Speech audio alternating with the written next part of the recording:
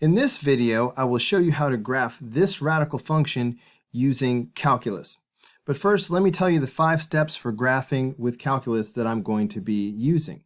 Step 1. Find where the function is undefined. This will tell you where the vertical asymptotes are, if any. Step 2. Do the first derivative test. This tells you where the function is increasing or decreasing, and it may reveal extrema, the relative max or relative min. Step 3. Do the second derivative test.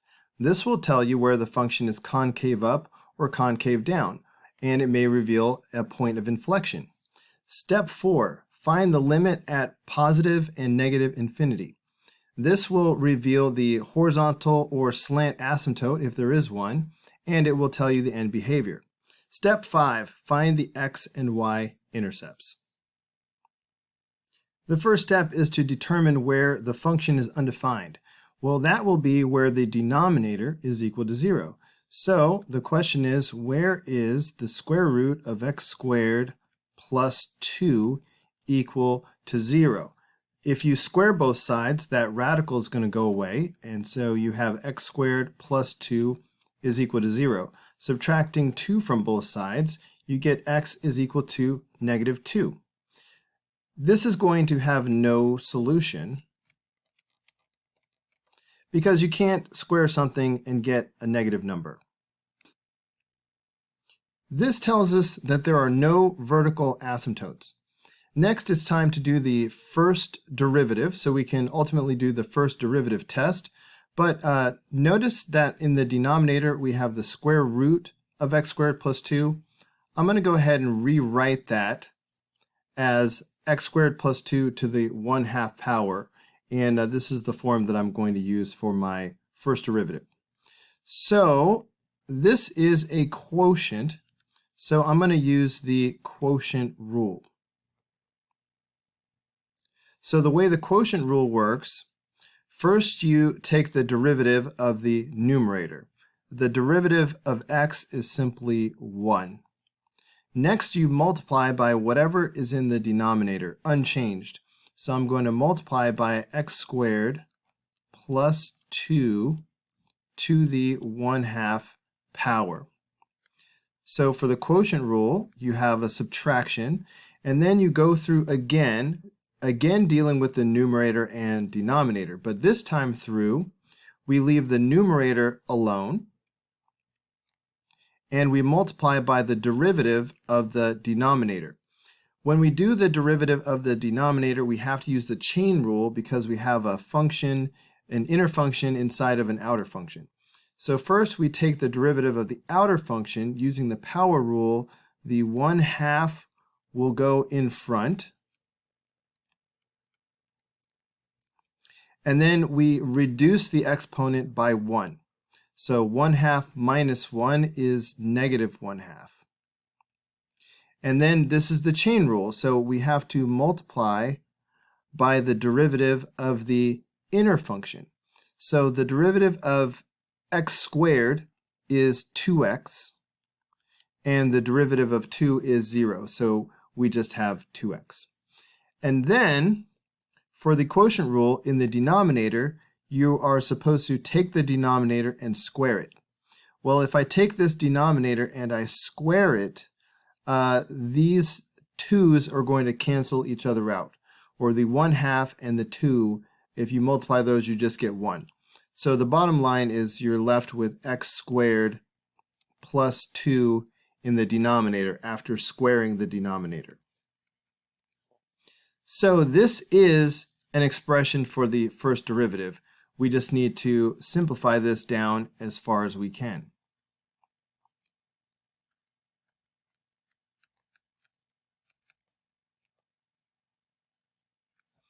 Okay, obviously I'm going to take that little 1 out of there, and I'm going to have x squared plus 2 to the 1/2 power minus, okay, let's see, the 1/2 times 2 will just give me 1, and then the x times x will give me x squared. So I'm going to have x squared times x squared plus 2 to the negative 1/2 power all over x squared plus 2. I think you will better understand what happens next if I split this up into two separate fractions. So I'm going to put this denominator separately under each one of these terms. So I'm going to have the x squared plus 2 here, and I'm going to have the x squared plus 2 under here. You understand that if I had n to the 5th power divided by n, that would be n to the 4th power. You're understanding that I'm doing 5 minus 1. So that's the same thing I'm going to do here.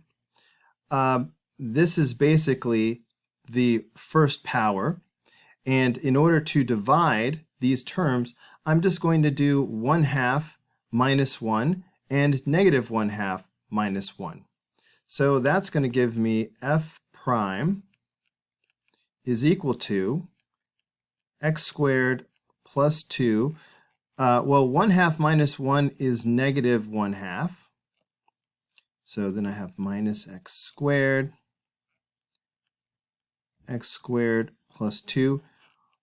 Negative 1/2 minus 1 is negative 3/2.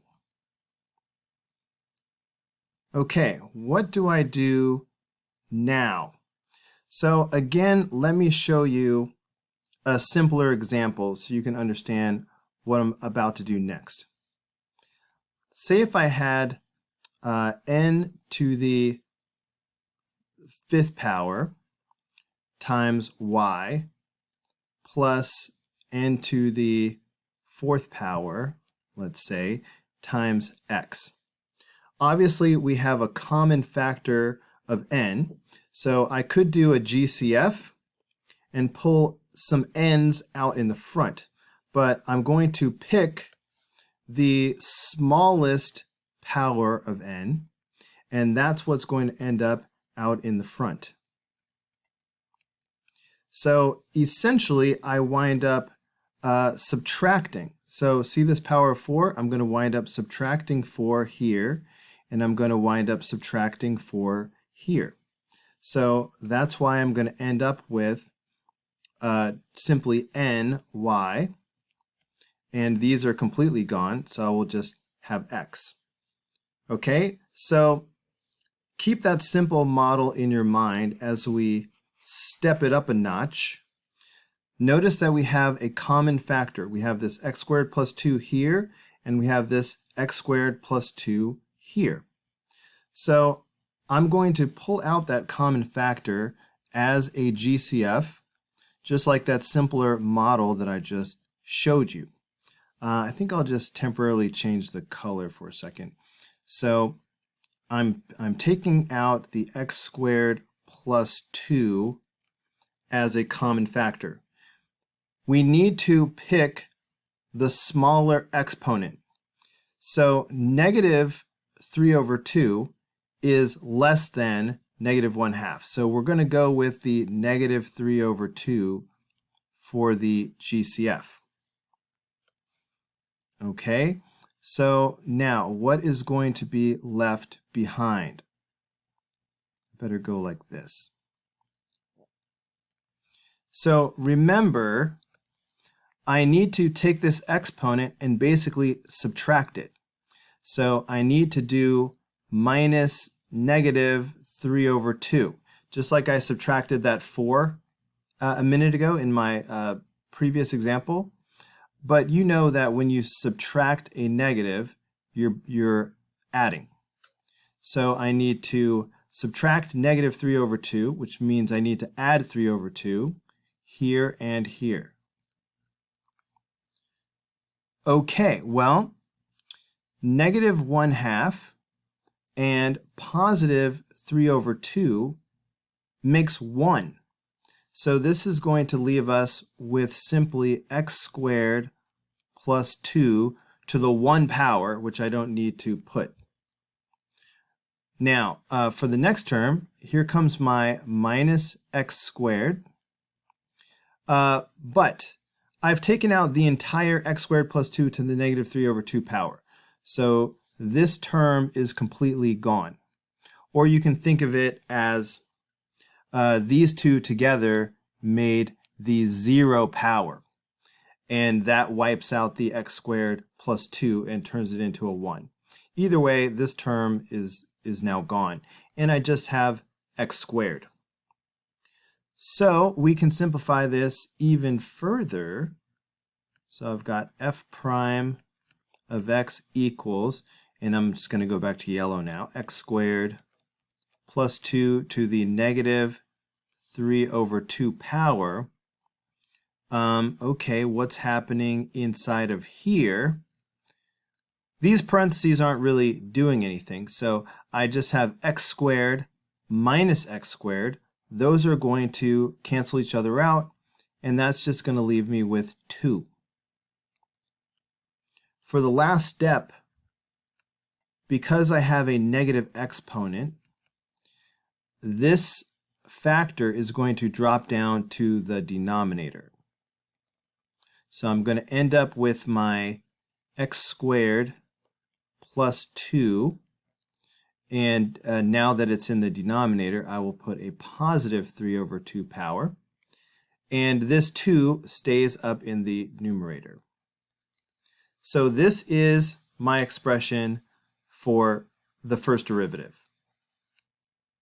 I'll be performing the first derivative test in a minute. But next I want to go ahead and find the second derivative. So on the previous step, you see I had x squared plus 2 to the negative 3/2 power times 2. So obviously this is a version of the first derivative, and if I put the 2 in the front, then I would have this.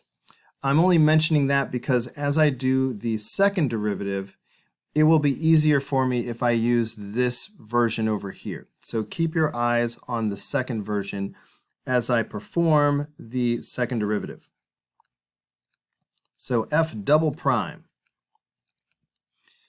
When you take a derivative, you can just leave the constant alone.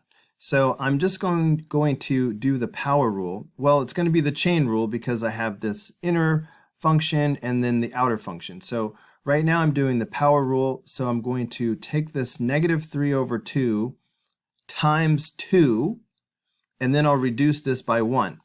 But negative 3 over 2 times 2 gives you negative 3 because the 2's end up canceling out. So I have negative 3 now in the front.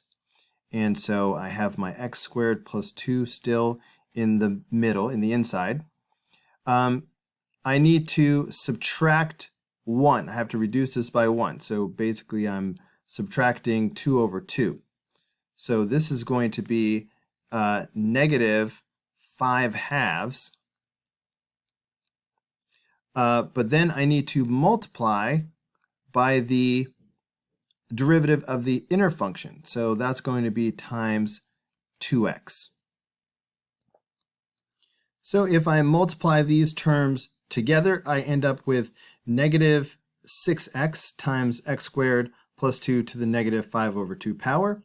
And now I will just drop this factor down to the denominator because of the negative exponent. So here's our expression for the second derivative.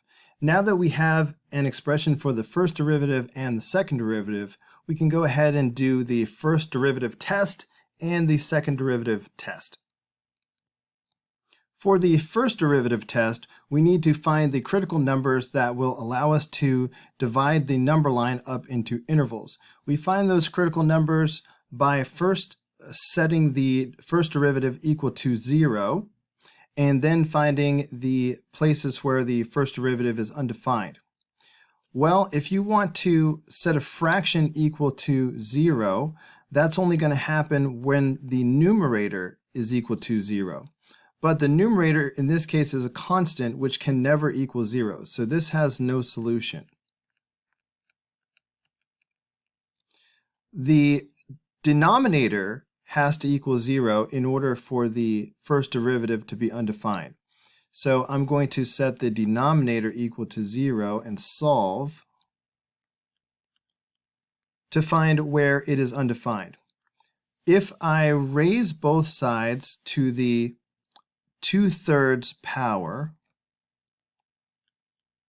that way I will cancel out these exponents very cleverly, then I end up with x squared plus 2 is equal to 0. Subtracting 2 from both sides, I get x squared is equal to -2, and again, this has no solution. You can't square something and get a negative number. So what does this mean?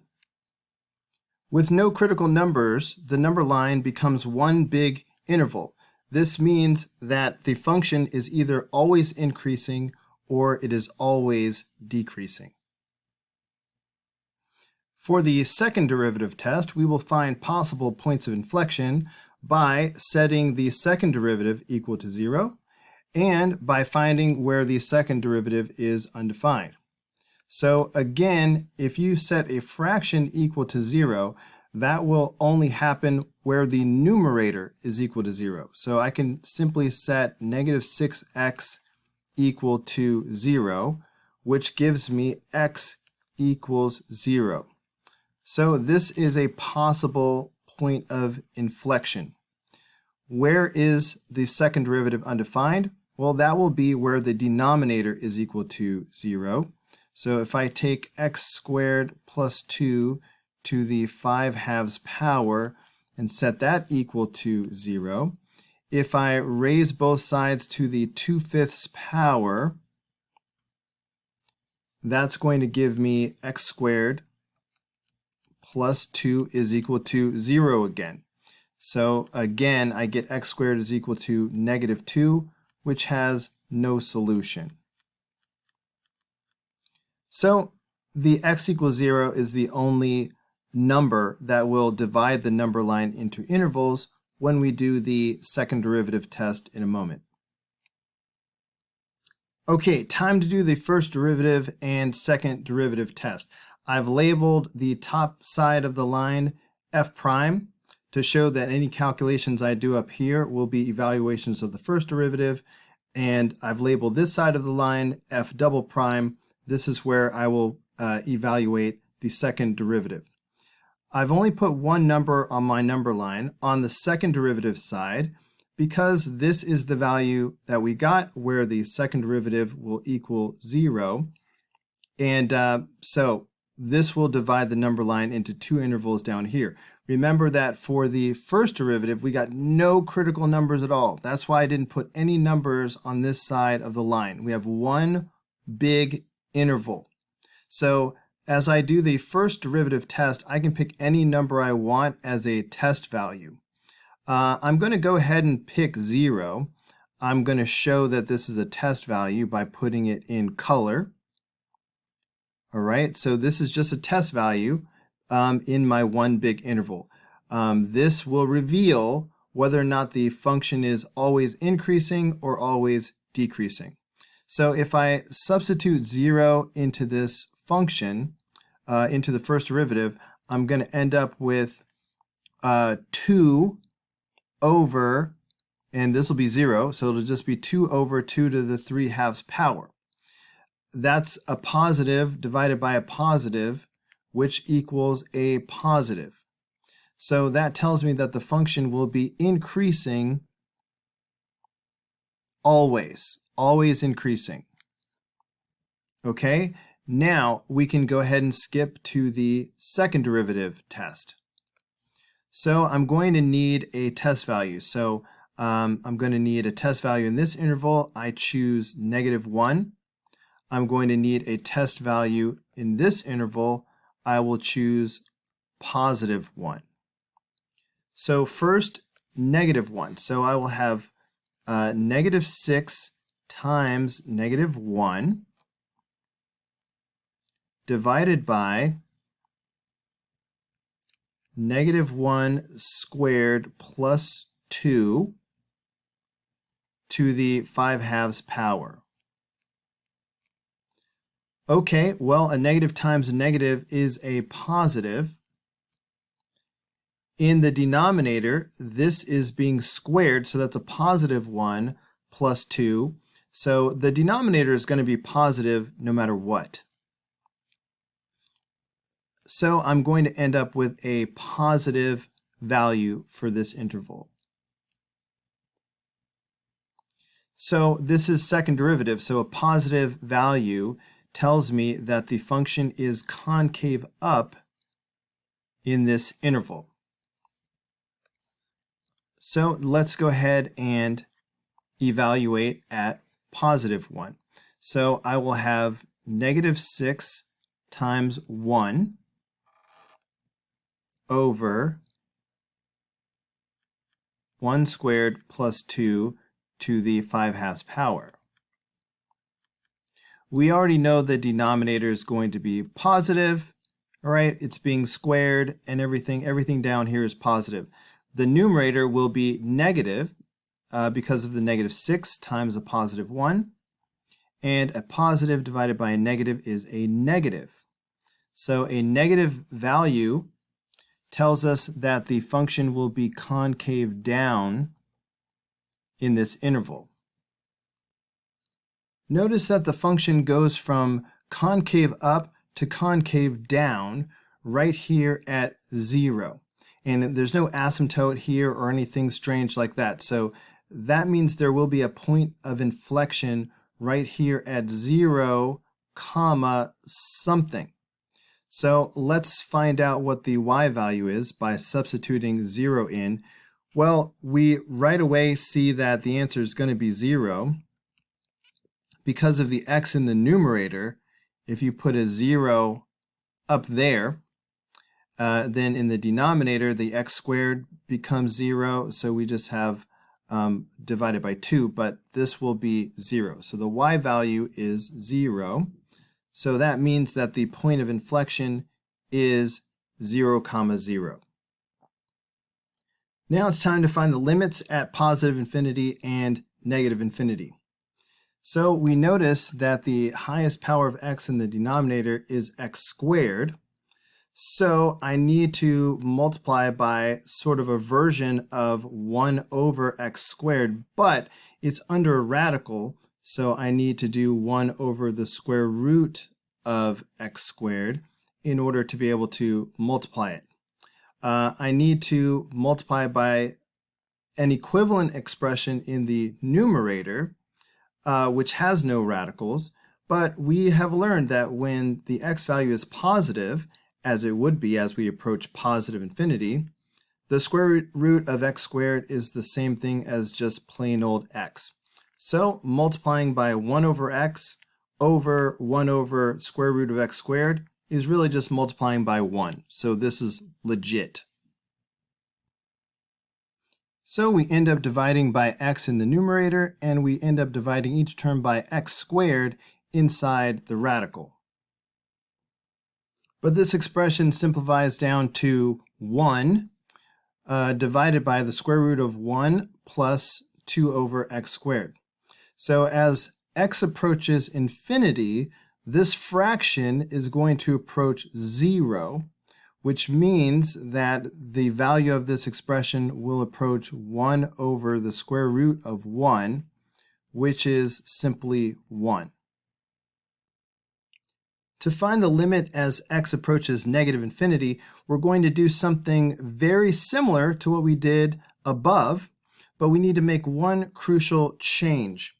Notice that the square root of x squared will always be positive no matter what, even though these x values will be negative.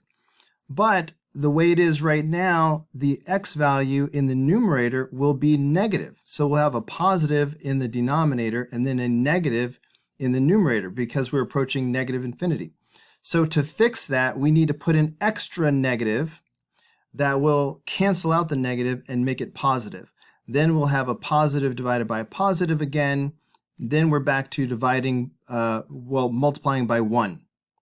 So now it's fixed.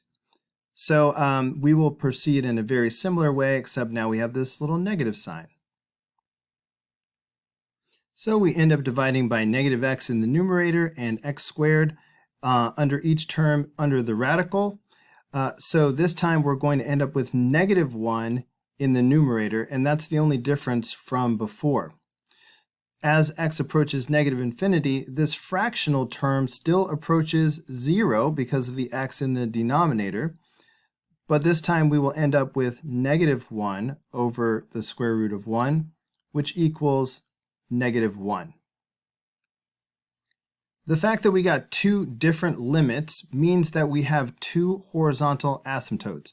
On the right, the function will approach y equals 1, and on the left, the function will approach the line y equals -1.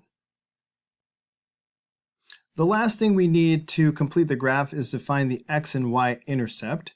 And to find the x-intercept, we set the entire function equal to 0. And when it's a fraction, that means setting the numerator equal to 0. Well, we already had this value before, and an x value of 0 was paired with a y value of 0. That was the point of inflection that we found earlier. So nothing new there. Also, this will be the y-intercept as well. Normally, we say we find the y-intercept by substituting 0 in for the x's, but we've done that before as well. So if we substitute 0 in, we end up with 0 over radical 2, which equals 0. So either way, you're going to get 0, 0. Time to sketch the graph, but let's review the stuff that we want to see on this graph. The entire function should be increasing the entire way. It should be concave up from negative infinity to 0, and then concave down from 0 to infinity. In other words, we're looking for a point of inflection at 0, 0. Also, there should be two horizontal asymptotes at y equals 1 and y equals -1. So let's make all of that happen. Okay, we need it to be concave up from negative infinity to 0. So something like that. We'll have our point of inflection slash x and y intercept right here. And then the function should be concave down from 0 to infinity. And of course, because of the asymptotes, the function should be approaching y equals -1 on the left and y equals +1 on the right. So finally, let's take a peek at the actual graph off Desmos and see how we did. Kabam! Perfect match.